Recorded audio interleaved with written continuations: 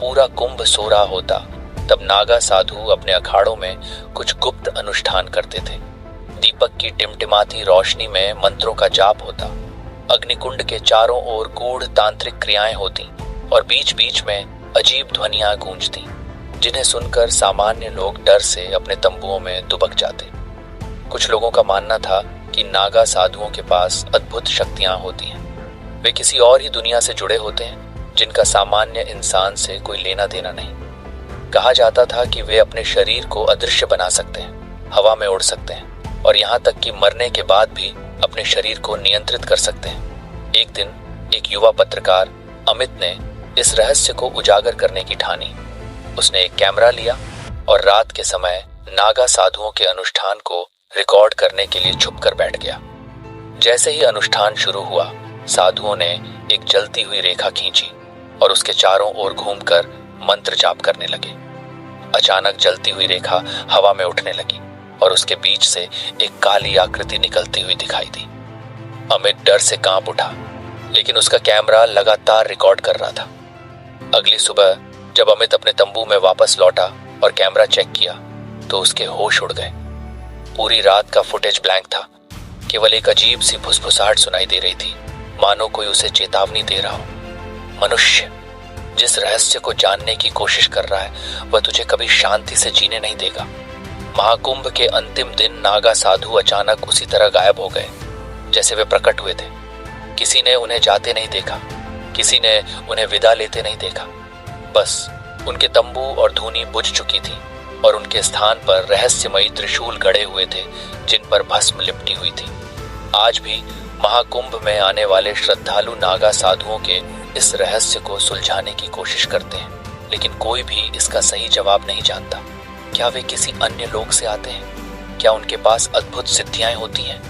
या फिर वे इस दुनिया के ही हैं लेकिन साधारण लोगों से अलग किसी और गूढ़ रहस्य के रक्षक हैं? ये रहस्य अनसुलझा है और शायद हमेशा अनसुलझा ही रहेगा। नागा साधुओं का रहस्य भाग 2। रहस्यमयी ग्रंथ और अदृश्य लिपि। अमित की जिज्ञासा खत्म नहीं हुई थी। भले ही कैमरा ने कुछ भी रिकॉर्ड नहीं किया था, लेकिन उसके मन में कई सवाल उठ चुके थे। उसने महाकुंभ में मौजूद एक वृद्ध साधु स्वामी अघोरानंद से इस बारे में पूछा। स्वामी जी पहले तो चुप रहे, लेकिन फिर धीरे धीरे बोले, तू जिस सत्य की खोज में निकला है वह तुझे और भी गहरे रहस्यों में धकेल देगा। नागा साधु केवल तपस्वी नहीं है, वे सृष्टि के कुछ अनजाने नियमों के रक्षक हैं। इसके बाद उन्होंने अमित को एक पुराना ग्रंथ दिखाया जो किसी प्राचीन भाषा में लिखा था। साधु ने बताया कि यह ग्रंथ केवल नागा साधुओं को ही पढ़ने की अनुमति होती है। इसमें रहस्य छुपे हैं जो साधारण मनुष्य की समझ से परे हैं। स्वामी अघोरानंद ने बताया कि नागा साधु सिर्फ हिमालय की कंदराओं में ही नहीं, बल्कि कुछ ऐसे गुप्त स्थानों पर भी वास करते हैं जो इस दुनिया में होते हुए भी आम इंसानों की पहुंच से बाहर है। एक कथा के अनुसार प्रयागराज में संगम के नीचे एक अदृश्य द्वार है जो केवल महाकुंभ के दौरान ही सक्रिय होता है। कहा जाता है कि यह द्वार किसी रहस्यमयी लोक में जाता है जहां नागा साधु अपनी सिद्धियां प्राप्त करते हैं। अमित को यह सब काल्पनिक कहानियों जैसा लग रहा था, लेकिन जब उसने अगले दिन एक और रहस्यमयी घटना देखी तो उसकी सोच बदल गई। रात के तीसरे पहर जब पूरा कुंभ सो रहा था, अमित ने देखा कि कुछ नागा साधु गंगा के किनारे एक गोलाकार आकृति बनाकर बैठ गए। उन्होंने अपनी जटाओं को खोला और एक साथ कोई गूढ़ मंत्र पढ़ने लगे। अचानक नदी का पानी अपनी जगह से हटने लगा, मानो कोई अदृश्य शक्ति उसे नियंत्रित कर रही हो। कुछ ही क्षणों में वहां एक गहरा अंधेरा छा गया और हवा में चमकते हुए चिन्ह बनने लगे। ये देखकर अमित का शरीर कांप उठा। फिर अचानक हवा में एक ध्वनि गूंजी, अविद्या से दूर हटो, अन्यथा अस्तित्व समाप्त हो जाएगा। अमित घबरा गया, उसके हाथ पैर सुन्न हो गए। वह गिरने ही वाला था कि एक नागा साधु ने उसकी ओर देखा और उसकी आंखों में देखते ही अमित बेहोश हो गया। जब वह होश में आया तो वह एक आश्रम में था। स्वामी अघोरानंद उसके पास बैठे थे। उन्होंने कहा, तूने जो देखा वह सृष्टि के गुप्त रहस्यों का एक अंश भर था। इस ज्ञान को समझना हर किसी के बस की बात नहीं।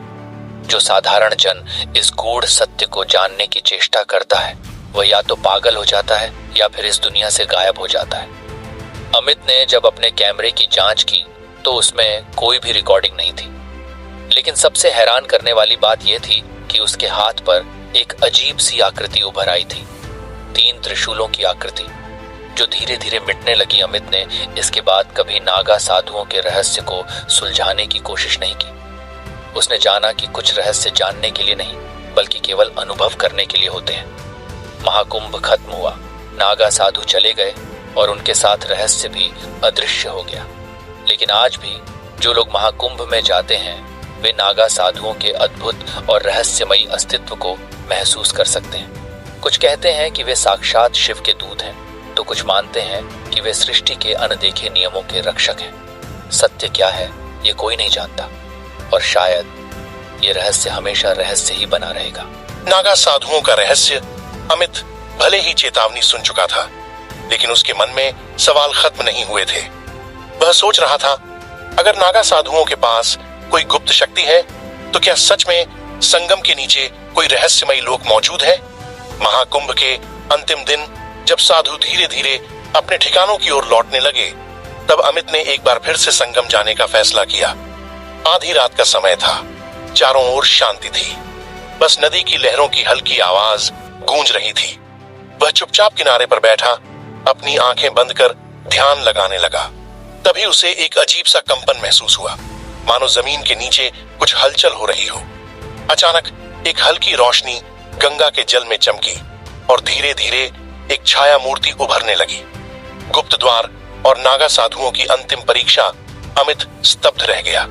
उसने देखा कि 5 नागा साधु जल के बीच से प्रकट हुए और उन्होंने जल में एक त्रिकोणाकार आकृति बना दी। कुछ ही क्षणों में जल पीछे हटने लगा और एक प्राचीन द्वार प्रकट हुआ। वह द्वार किसी अज्ञात धातु का बना था और उस पर संस्कृत में कुछ लिखा हुआ था, ज्ञानम रक्षति योगी, अर्थ योगी ही ज्ञान की रक्षा करते हैं। नागा साधु द्वार के सामने खड़े हुए और एक रहस्यमय मंत्र पढ़ने लगे। तभी हवा तेज हो गई और अमित ने महसूस किया कि उसका शरीर बहुत हल्का हो रहा है। वह लड़खड़ाया और घुटनों के बल गिर पड़ा। एक साधु उसकी ओर बढ़ा और कहा, यह स्थान आम मनुष्यों के लिए नहीं है।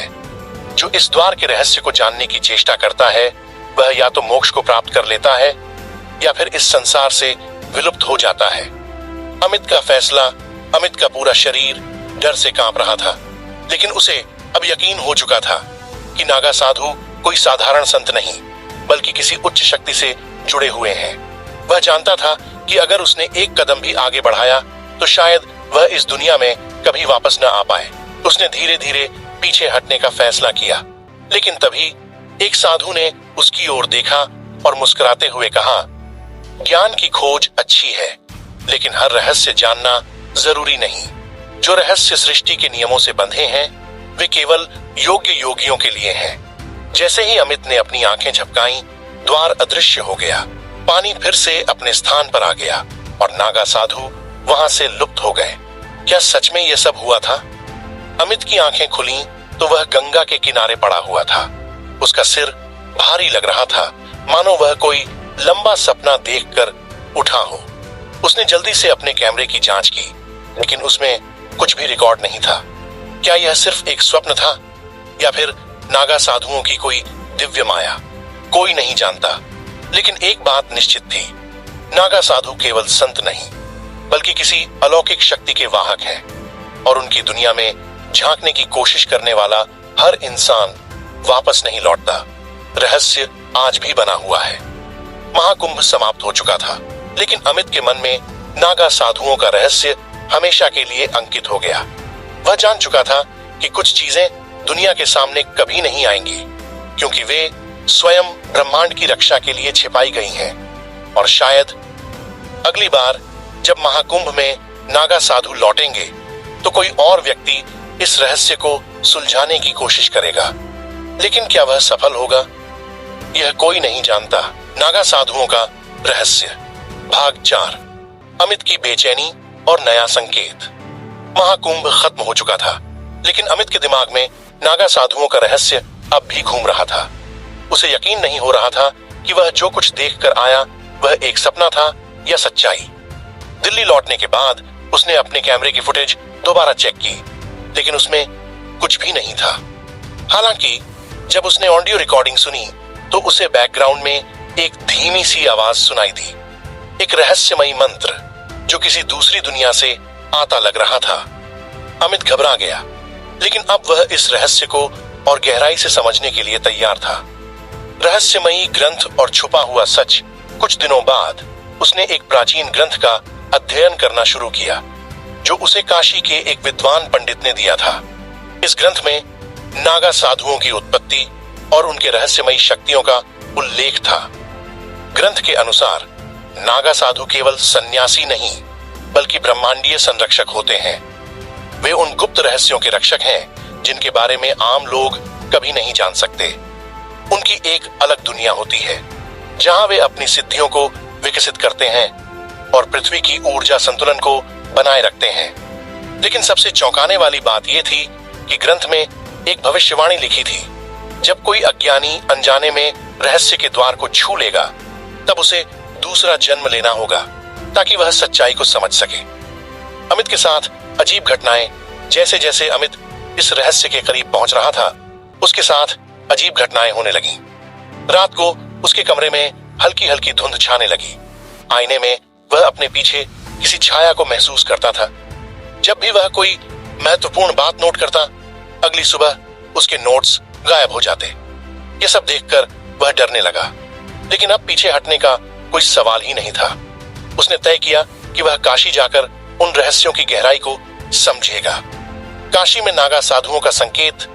वाराणसी पहुंचने के बाद अमित ने मणिकर्णिका घाट पर कुछ नागा साधुओं से मिलने की कोशिश की, लेकिन कोई भी उससे बात करने को तैयार नहीं था। आखिरकार एक बुजुर्ग नागा साधु ने उसे पास बुलाया और कहा, सत्य को जानने का साहस हर किसी में नहीं होता। तुमने कुछ ऐसा देख लिया है जिसे तुम्हें भूल जाना चाहिए, लेकिन अगर तुम सच में इसके लिए तैयार हो तो अगला महाकुंभ तुम्हारे लिए अंतिम परीक्षा होगी। अमित चौंक गया। क्या इसका मतलब था कि अगले कुंभ में उसके लिए कोई नई परीक्षा होगी? क्या नागा साधुओं का रहस्य केवल एक कल्पना थी या सच में उनके पास ब्रह्मांडीय शक्तियां थीं? अगले महाकुंभ की भविष्यवाणी। नागा साधु ने आगे कहा, 1444 वर्षों में एक बार ऐसा संयोग बनता है जब कोई बाहरी व्यक्ति हमारे गुप्त लोक के दरवाजे तक पहुंचता है। यह संयोग फिर से आएगा और तब तुम यह तय करोगे कि तुम्हारा अगला कदम क्या होगा। अमित समझ गया कि यह रहस्य अभी खत्म नहीं हुआ है। शायद यह सिर्फ एक शुरुआत थी, लेकिन अब सवाल यह था, क्या वह अगला महाकुंभ तक जीवित रहेगा या फिर क्या नागा साधुओं की रहस्यमयी दुनिया उसे पूरी तरह निगल लेगी? अगली कड़ी में क्या अमित को मिलेगा नागा साधुओं का अंतिम रहस्य? नागा साधुओं का रहस्य, भाग 5, काशी के अघोरी और अमित का संकल्प। अमित को वाराणसी में कई दिन हो गए थे, लेकिन उसके सवालों का जवाब अब तक नहीं मिला था। वह जितना रहस्य को सुलझाने की कोशिश करता उतना ही उलझता चला जाता। एक रात जब वह 80 घाट के किनारे बैठा था, तभी एक अघोरी बाबा उसके पास आए। उनकी आंखों में गजब की चमक थी, जैसे वे उसके मन की हर बात जानते हों। जिसे ढूंढ रहे हो वह केवल तुम्हारे सवालों में नहीं बल्कि तुम्हारे भीतर है। अमित ने चौंक कर पूछा, क्या आप नागा साधुओं के रहस्य के बारे में जानते हैं? अघोरी मुस्कुराए और बोले, तुम्हें सिर्फ नागा साधुओं का रहस्य नहीं समझना, बल्कि यह भी जानना होगा कि इस दुनिया में कुछ रहस्य अनजाने ही अच्छे होते हैं। इसके बाद उन्होंने एक गहरे स्वर में कहा, अगर तुम सच में इसे जानना चाहते हो तो अगला महाकुंभ तुम्हारे लिए आखिरी मौका होगा। पर ध्यान रखना, कुछ दरवाजे ऐसे होते हैं जिन्हें खोलने के बाद पीछे लौटना असंभव हो जाता है। अमित के रोंगटे खड़े हो गए।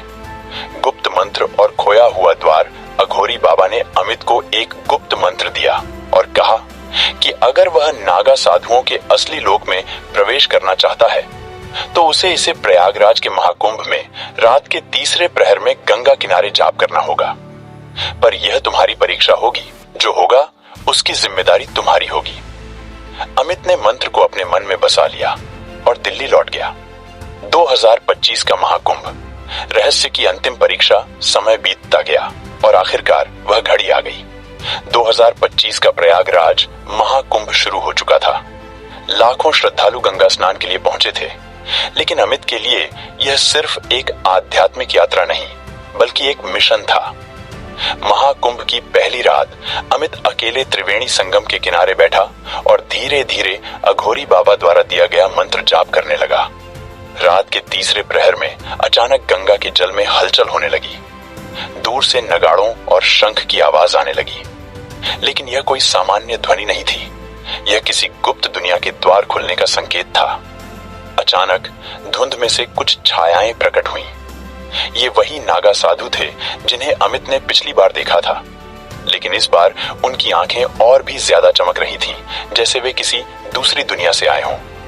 नागा साधुओं का गुप्त लोक अमित को महसूस हुआ कि वह किसी अनदेखी शक्ति से खींचता चला जा रहा है। उसके चारों ओर का माहौल बदलने लगा। अब वह सामान्य कुंभ मेले में नहीं था, वह किसी दूसरी ही दुनिया में प्रवेश कर चुका था। चारों तरफ आग के बड़े बड़े स्तंभ जल रहे थे और वहां सैकड़ों नागा साधु तपस्या कर रहे थे। उनमें से एक प्रमुख साधु ने अमित को देखा और कहा, तुम्हारी परीक्षा शुरू होती है। तुम यहां तक आ चुके हो, लेकिन क्या तुम सच्चाई को सहन कर सकोगे? अमित ने हिम्मत जुटाकर पूछा, आखिर आप लोग कौन हैं और आपकी शक्तियों का रहस्य क्या है? साधु ने जवाब दिया, हम केवल सन्यासी नहीं, हम रक्षक हैं। हमारी साधना ब्रह्मांड की ऊर्जा को संतुलित रखने के लिए है। कुछ लोग हमें रहस्यमयी समझते हैं, लेकिन हमारी दुनिया की सच्चाई इतनी सरल नहीं कि कोई भी इसे जान सके। अमित ने एक और सवाल किया, लेकिन आप लोग आम दुनिया से छिपकर क्यों रहते हैं? नागा साधु ने गंभीर स्वर में कहा, क्योंकि सच्चाई हर किसी के लिए नहीं होती। अंतिम चेतावनी और अमित का फैसला। अचानक वह साधु अमित के पास आए और उसकी आंखों में झांकते हुए बोले, अगर तुमने हमारी दुनिया में प्रवेश करने का फैसला कर लिया है तो तुम वापस उसी इंसान की तरह नहीं लौटोगे जैसे तुम आए थे। तुम अब तक केवल खोज कर रहे थे, लेकिन अब तुम्हें अपने भाग्य का फैसला खुद करना होगा। अमित असमंजस में पड़ गया। क्या वह इस रहस्य को पूरी तरह जानने के लिए अपनी पुरानी जिंदगी छोड़ने को तैयार था, या फिर क्या उसे इस रहस्य को एक अधूरी कहानी के रूप में ही छोड़ देना चाहिए? अगली कड़ी में क्या अमित नागा साधुओं की दुनिया का हिस्सा बनेगा, या फिर वह इस रहस्य से दूर हटकर अपनी पुरानी जिंदगी में लौट जाएगा?